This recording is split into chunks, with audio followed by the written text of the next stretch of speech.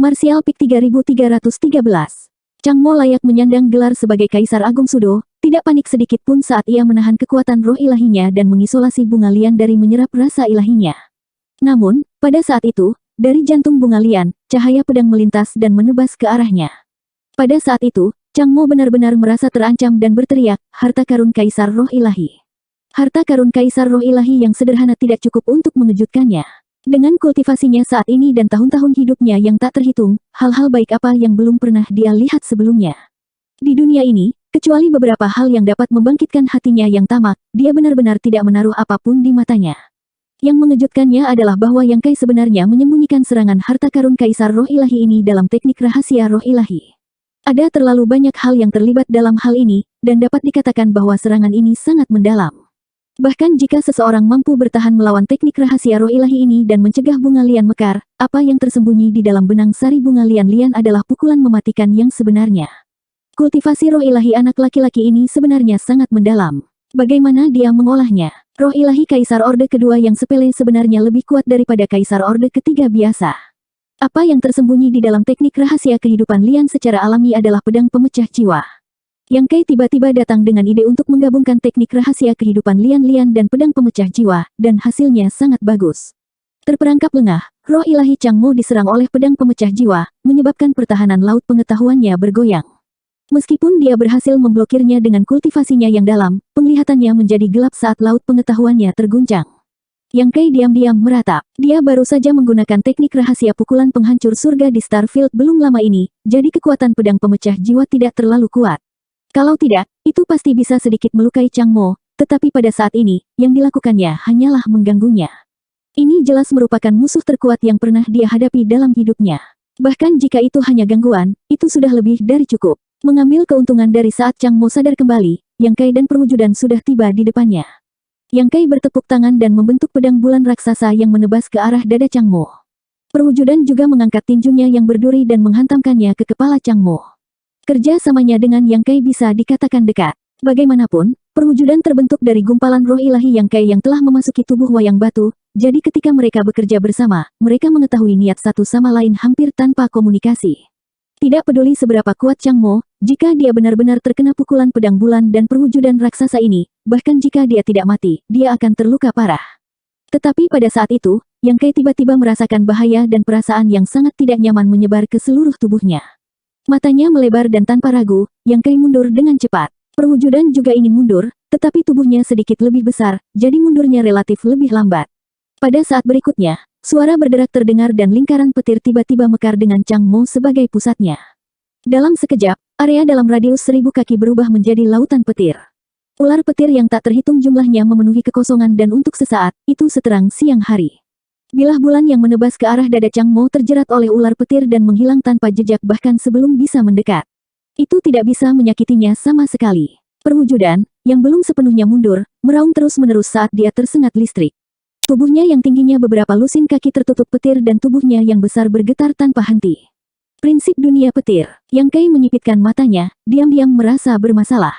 Seorang kultivator alam sumber dao memahami prinsip-prinsip dunia. Seorang kultivator alam kaisar mengendalikan prinsip-prinsip dunia, dan Kaisar Agung sendiri adalah prinsip-prinsip dunia langit dan bumi. Karena Chang Mo adalah Kaisar Agung Sudo, maka tentu saja dia mahir dalam kekuatan prinsip dunia, tetapi prinsip dunia petir agak merepotkan. Thunder Lord adalah mesin pembunuh yang kejam. Begitu lautan petir muncul, ribuan kaki di sekitar Chang Mo akan menjadi zona terlarang seumur hidup. Orang biasa akan kesulitan untuk mendekatinya, jadi bagaimana mereka bisa bersaing dengannya? Perwujudan juga mundur, dengan ular petir masih berkeliaran di sekujur tubuhnya. Sepasang mata merah menatap Chang Mo, jelas menyadari keadaan pikiran Yang Kai. Di sisi lain, Chang Mo menggunakan penutup lautan petir untuk akhirnya menghindari serangan fatal Yang Kai dan perwujudan. Perlahan pulih, dia melihat langit lagi dan tidak bisa membantu tetapi mengungkapkan sedikit gangguan. Karena baginya, sebagai Kaisar Agung Sudo, dia sebenarnya menggunakan kekuatan prinsip dunia untuk berurusan dengan Yang Kai, yang merupakan kesalahan besar. Seorang master seperti dia seharusnya bisa menghadapi Kai yang hanya dengan beberapa pukulan dan tendangan. Faktanya adalah dia dipaksa untuk menggunakan kekuatan prinsip dunia, dan kuncinya adalah bahwa bahkan setelah menggunakan kekuatan prinsip dunia, dia masih tidak berhasil. Ini benar-benar tak tertahankan bagi Chang Mo. Pada saat ini, dia menatap Yang Kai dengan wajah dingin, membuat marah raja ini tidak akan ada gunanya bagimu. Begitu dia selesai berbicara, dia mengulurkan tangannya dan meraih. Cambuk petir tiba-tiba muncul di tangannya. Cambuk petir terdiri murni dari petir. Itu berderak tanpa henti dan berwarna cian. Melihatnya, Chang Mo tampak memegang ular hijau yang menggeliat di tangannya. Chang Mo mengangkat tangannya, dan cambuk petir cian itu meliuk-liuk, langsung menuju Yang Kai, kecepatannya sangat cepat. Yang Kai mundur lagi dan lagi, tetapi cambuk petir cian itu seperti belatung di tulangnya, tidak dapat melepaskan diri. Melihat jarak di antara mereka semakin dekat, Yang Kai mengeluarkan raungan marah. Ketika Kaisar Qi melonjak, dia membuka mulutnya dan meraung, seperti auman naga, suara itu mengguncang dunia, dan embusan udara dihembuskan. Melihatnya, apa yang keluar dari mulut Yang Kai sebenarnya adalah nafas emas. Cambuk petir menerkam di depannya, tetapi terhalang oleh napas emas. Di bawah tatapan tertegun Chang Mo, cambuk petir benar-benar hancur, napas emas memotong cambuk petir seperti memotong emas dan batu giok. Napas naga. Chang Mo mengangkat alis. Dia secara alami tahu bahwa Yang Kai memiliki garis keturunan ras naga, dan belum lagi berbagai metode yang ditampilkan Yang Kai terakhir kali di Grand Desolation Starfield, tubuh naganya saat ini tidak pernah berubah. Tapi, bagaimana mungkin tubuh setengah naga mengeluarkan nafas naga yang begitu murni? Apa-apaan ini? Terlebih lagi, raungan dari sebelumnya seperti raungan naga sejati, yang sebenarnya membuatnya merasa takut. Untuk pertama kalinya, Chang Mo merasa otaknya tidak cukup. Sementara Chang Mo masih linglung, avatar sudah menerkamnya lagi. Dengan lambaian tangannya, palu hitam besar tiba-tiba muncul di telapak tangannya. Palu itu diselimuti gas hitam, membuat orang merasa sangat tidak nyaman. Dengan ledakan keras, avatar menabrak Chang Mo. Iblis Qi. Ekspresi Chang Mo sangat berubah, pikirannya langsung tertarik oleh palu hitam besar itu, hanya untuk merasakan bahwa Demon Qi melonjak ke arahnya, memicu semua jenis emosi gelap yang tersembunyi di dalam hatinya. Ini adalah senjata iblis. Chang Mo memiliki penglihatan yang luar biasa dan secara alami mengenali asal-usul palu ini dalam sekejap. Ada aura iblis yang sangat murni di atasnya, jelas itu adalah senjata suci dari wilayah iblis. Dan dari auranya, jelas bahwa itu sudah ada sejak lama, kemungkinan besar itu adalah senjata iblis yang diturunkan dari zaman kuno.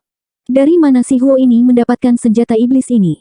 Yang membuat Chang Mo semakin bingung adalah, bagaimana bisa tidak terpengaruh oleh senjata iblis ini, dan benar-benar bisa menggunakannya. Dengan tergesa-gesa, lautan petir muncul lagi, menyelimuti perwujudan, dan cambuk petir di tangannya juga menggulung, menyerang perwujudan. Pada saat ini, perwujudan menutup telinga, Demon Weapon Warhammer di tangannya tidak peduli, dan menabrak kepala Chang Mo, dengan postur ingin binasa bersama dengannya. Selain itu, ada lapisan kekuatan yang tidak dapat dijelaskan di permukaan tubuhnya, yang sebenarnya memiliki kecenderungan untuk mengasimilasi dan menyerap kekuatan lautan petir, benar-benar berbeda dari keadaan babak belur dan kelelahan sebelumnya. The Heaven Devouring Battle Law, melahap energi dari semua hal di dunia untuk digunakan sendiri, dan kilat secara alami tidak terkecuali. Ketika domain pemakan surga diaktifkan, bagaimana mungkin lautan petir melakukan sesuatu untuk itu? Sikap perwujudan yang tidak kenal takut benar-benar mengejutkan Chang Mo, perwujudan bisa mati, tetapi dia tidak bisa, dia masih berharap suatu hari nanti dia bisa dipromosikan menjadi kaisar besar, dan memandang rendah dunia. Lautan petir tidak berguna. Cambuk petir tiba-tiba melompat lurus, seperti tombak panjang, dan menusuk ke arah dada perwujudan. Dengan ledakan, bunga api beterbangan, perwujudan ditikam dan dibalik belasan kali, nyaris tidak menstabilkan tubuhnya, tetapi sebelum dia bisa berdiri diam, cambuk petir telah menyerang, membungkusnya seperti pangsit.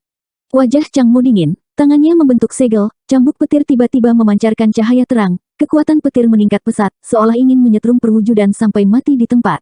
Perwujudan meraung, Heaven Devouring Battle Law diaktifkan hingga batasnya, dengan gila melahap kekuatan petir, mengisi tubuhnya, dan mengubahnya menjadi modal kuatnya sendiri.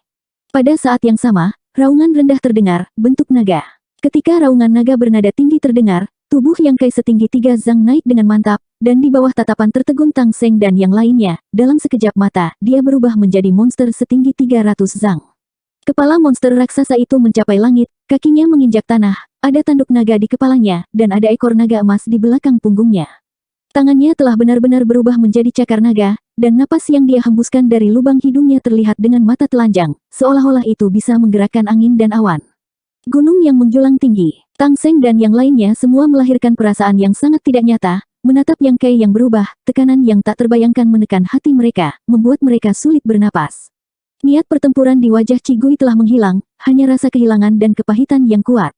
Dia menemukan bahwa dia benar-benar tidak tahu luasnya langit dan bumi, sebelum ini, dia benar-benar ingin menantang Yang Kai untuk menguji berat badannya. Monster yang sangat besar, bagaimana dia bisa mengujinya? Dia takut pihak lain bisa mencubitnya sampai mati hanya dengan satu jari. Apakah ini kekuatan penuhnya? Sebelumnya, ketika dia melihat Yang Kai menampilkan prinsip ruang angkasa, prinsip waktu, dan lonceng gunung dan sungai, Qi Gui berpikir bahwa Yang Kai telah menggunakan semua kemampuannya, tetapi siapa yang mengira bahwa dia masih bisa melangkah lebih jauh. Belum lagi seberapa kuat dia saat ini, hanya tubuhnya yang setinggi 300 zang yang memberikan tekanan besar. Jika hati seseorang tidak cukup kuat, mereka bahkan tidak akan memiliki keberanian untuk melawannya. Namun, seberapa murni garis keturunan ras naga Yang Kai? Dia benar-benar bisa menjadi monster yang begitu besar. Ketika Qi Gui dan yang lainnya melihat Yang Kai berubah menjadi tubuh setinggi 3 zang sebelumnya, mereka semua kagum, tetapi 3 zang dan 300 zang 10 kali lipat perbedaannya. 300 zang juga merupakan batas bentuk naga Yang Kai. Karena dia tahu bahwa melawan Kaisar Agung Sudo seperti Sang Changmo, tidak ada ruang untuk belas kasihan. Bahkan jika dia bergabung dengan perwujudan, hasil dari pertempuran hari ini masih belum diketahui. Jika dia atau perwujudan menghadapinya sendirian, Yang Kai yakin mereka akan dikalahkan. Ini juga pertama kalinya Yang Kai habis-habisan sejak menerobos ke alam Kaisar Orde Kedua, jadi dia ingin tahu di mana intinya. Mengambil langkah besar ke depan, bumi bergetar ketika Yang Kai menatap sosok kecil yang sekecil semut.